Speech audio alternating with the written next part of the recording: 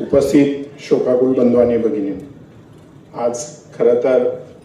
पिंपरी चिंचवडकरांचं दुर्दैव आहे की ज्या नेत्यांनी हे पिंपरी चिंचवड शहर घडवलं त्या नेत्यासाठी अशी शोकसभा घेण्याची वेळ आपल्या सर्वांवर येते. मी तुमच्यातलाच एक कार्यकर्ता आहे की ज्याच्या प्रत्येकाच्या खांद्यावर हा दादांनी हात ठेवलेला होता आणि निश्चितच दादा गेल्यानं पिंपरी चिंचवडकरांचीच नव्हे तर पूर्ण महाराष्ट्राची हानी झालेली आहे. त्यांनी एक दादांना श्रद्धांजली म्हणून आपण सगळ्यांनी ज्या ज्या व्यथा मांडल्यात, मग त्याच्यामध्ये ज्या व्यथा किंवा ज्या काही सूचना आपण दादांच्या प्रती केलेल्या आहेत त्या पूर्ण करण्याचा मानस आपण सगळ्यांनी एकत्रित करूया, हीच खरं दादांना श्रद्धांजली असेल. आणि मी आता जरी सत्तारूढ पक्षामध्ये जरी एक कार्यकर्ता म्हणून काम करत असेल तर प्रथम पिंपरी चिंचवडचा नागरिक आणि दादांनी तयार केलेला कार्यकर्ता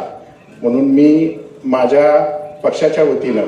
मग त्याच्यामध्ये आमचे नेते महेशदादा असतील किंवा देवाभाऊ असतील, आमच्या सगळ्यांच्या वतीनं दादांच्या प्रती जे काही इथे उभं त्यांचे आचार विचार तर हे कायमस्वरूपी आपण तेवतच ठेवणार आहोत, पण त्यांच्या प्रती त्यांच्या स्मृती जागृत ठेवण्यासाठी जे जे करायचं, जे भाऊसाहेबांनी सांगितलं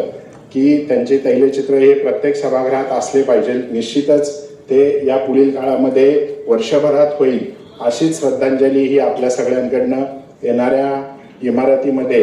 दादांचा भव्य असा पुतळा असेल त्यांची स्मृती ठेवण्यासाठी. आणि आता ज्या ज्या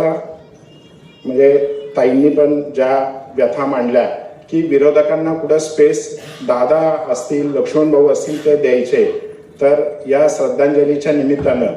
मी पक्षाच्या वतीनं आमचे महेशदादा असतील, मी असेल, आमचे दोन्ही आमदार असतील आणि सभागृहातील सगळ्या नेत्यांच्या वतीनं याच्या पुढील काळामध्ये दादांना स्मृती आणि दादांच्या चरणी या श्रद्धांजलीच्या माध्यमातूनच कुठेही कसल्याही प्रकारे सत्तारूढ पक्ष म्हणून कुठेही अतिरेकपणा होणार नाही आणि हीच खरी श्रद्धांजली ही आमच्या वतीने राहील असं मी या ठिकाणी सांगतो. धन्यवाद.